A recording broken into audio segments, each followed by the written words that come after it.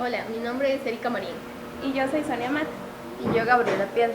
Y vamos a exponer aparato digestivo e intestino del tronco, hígado y glándulas accesorias. Intestino 2, esófago. El esófago es un tubo hueco que transporta los alimentos y los líquidos desde la garganta hacia el estómago y además impide el reflujo del jugo gástrico. En su pared contiene 4 capas. Mucosa. Forma pliegues longitudinales característicos y posee un epitelio estratificado plano no queratinizado. Submucosa. Contiene abundantes vasos, glándulas submucosas y además adenómeros mucosos. Muscular externa.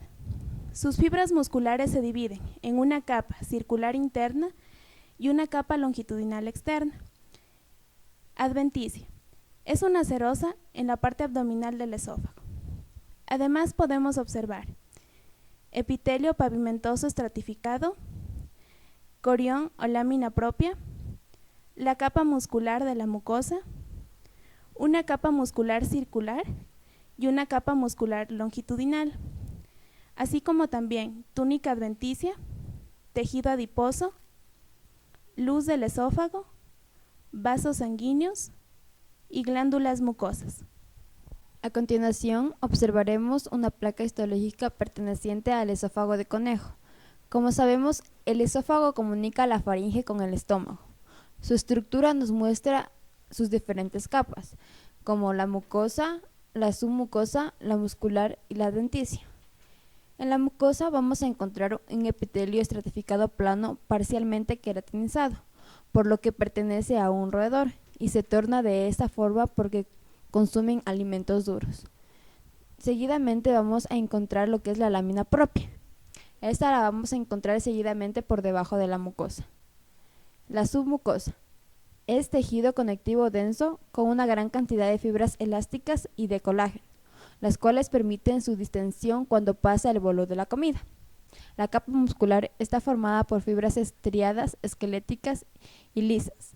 En su tercio superior vamos a encontrar músculo estriado, a continuación de la músculo de la faringe, mientras que en su zona media se entremezclan estriadas y lisas y en su porción distal vamos a encontrar solo músculo liso. También en la parte de la muscular externa, entre el músculo circular y longitudinal vamos a encontrar el plexo nervioso denominado mientérico o de Auerbach, formado por fibras nerviosas y ganglionares. También vamos a encontrar una adventicia. Externamente tenemos esta capa formada por tejido conjuntivo laxo que se encarga de fijar el esófago al resto del cuerpo. La capa adventicia se sustituye por una capa serosa cuando el esófago entra en la cavidad abdominal. estómago, cuya función principal es almacenar, amasar y mezclar alimentos ingeridos, así como producir secreción del jugo gástrico.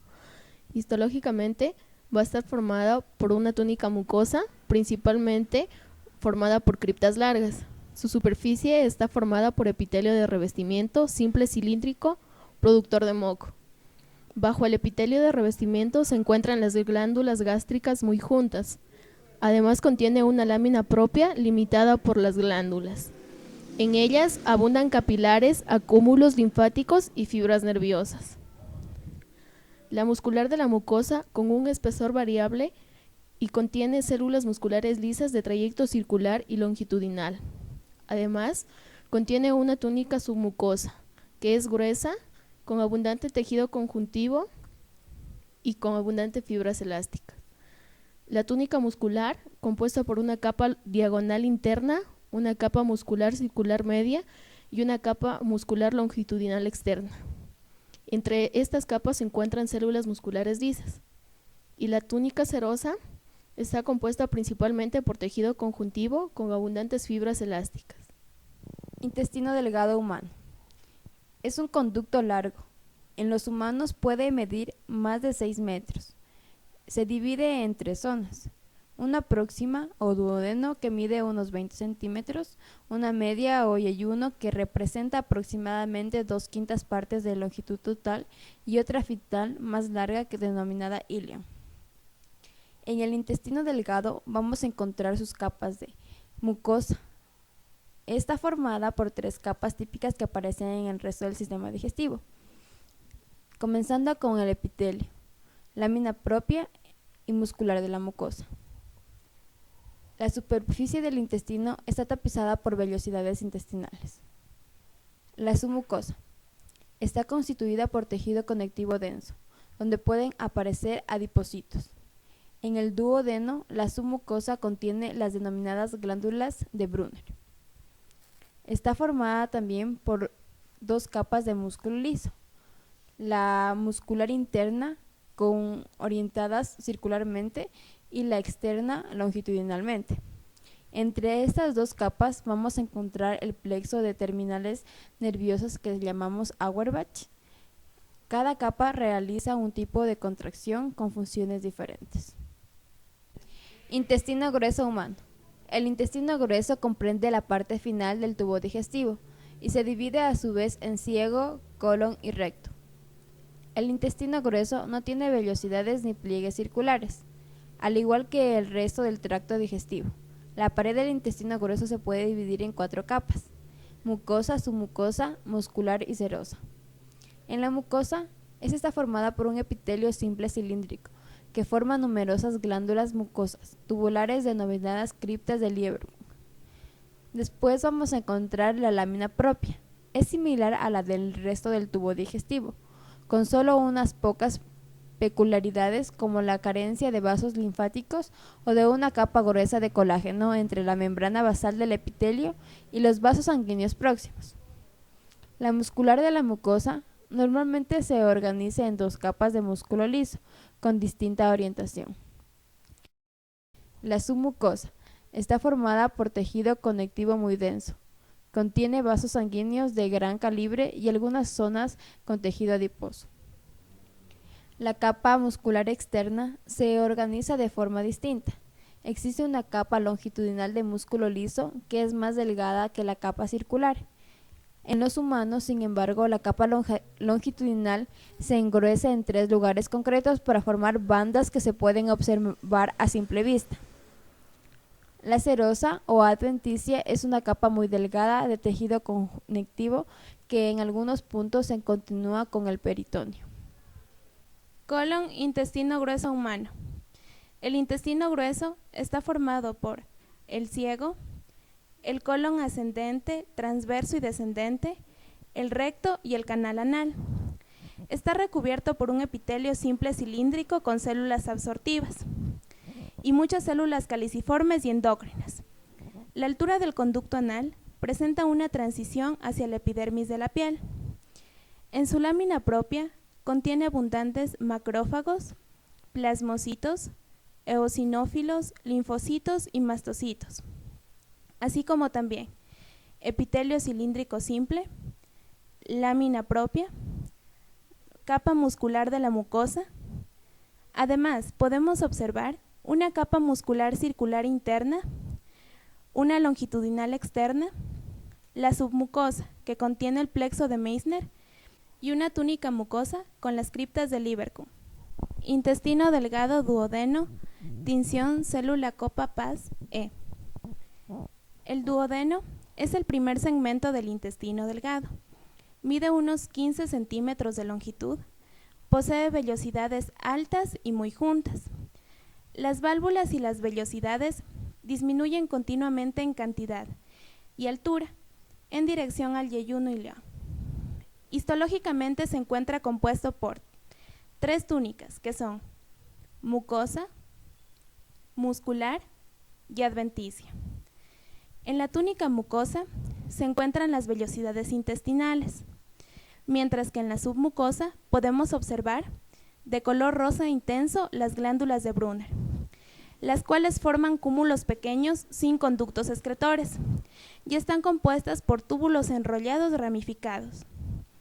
Dentro de la capa muscular encontramos la capa muscular circular interna y una capa longitudinal externa. Además encontramos una pequeña cantidad de tejido adiposo. Digestivo 3. Hígado humano.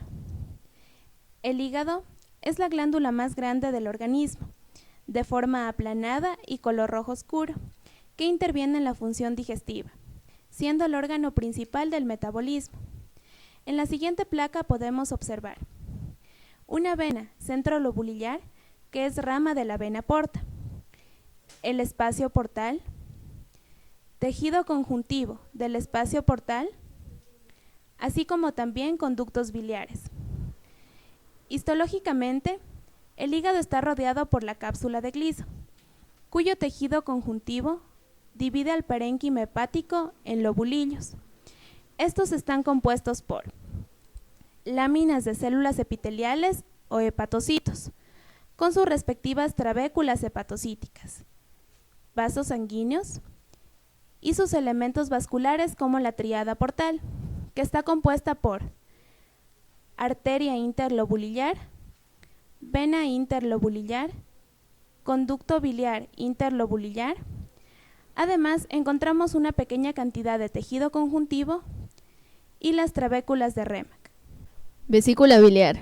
La vesícula biliar, encargada de la reabsorción de la bilis, contiene una capa muscular compuesta por epitelio de revestimiento y lámina propia. La mucosa forma un sistema de pliegues. En la vesícula contraída, los pliegues son mucho más juntos y se encuentran paralelos. Aquí también pueden aparecer recesos pequeños. El epitelio de revestimiento es simple cilíndrico alto, compuesto por células principales. Se suelen encontrar células calciformes, heteroendocrinas y sobre todo de tipo cerrado. La lámina propia forma un tejido conectivo y capilares sanguíneos. La capa muscular gruesa de músculo liso es equivalente a la muscular externa del tubo digestivo.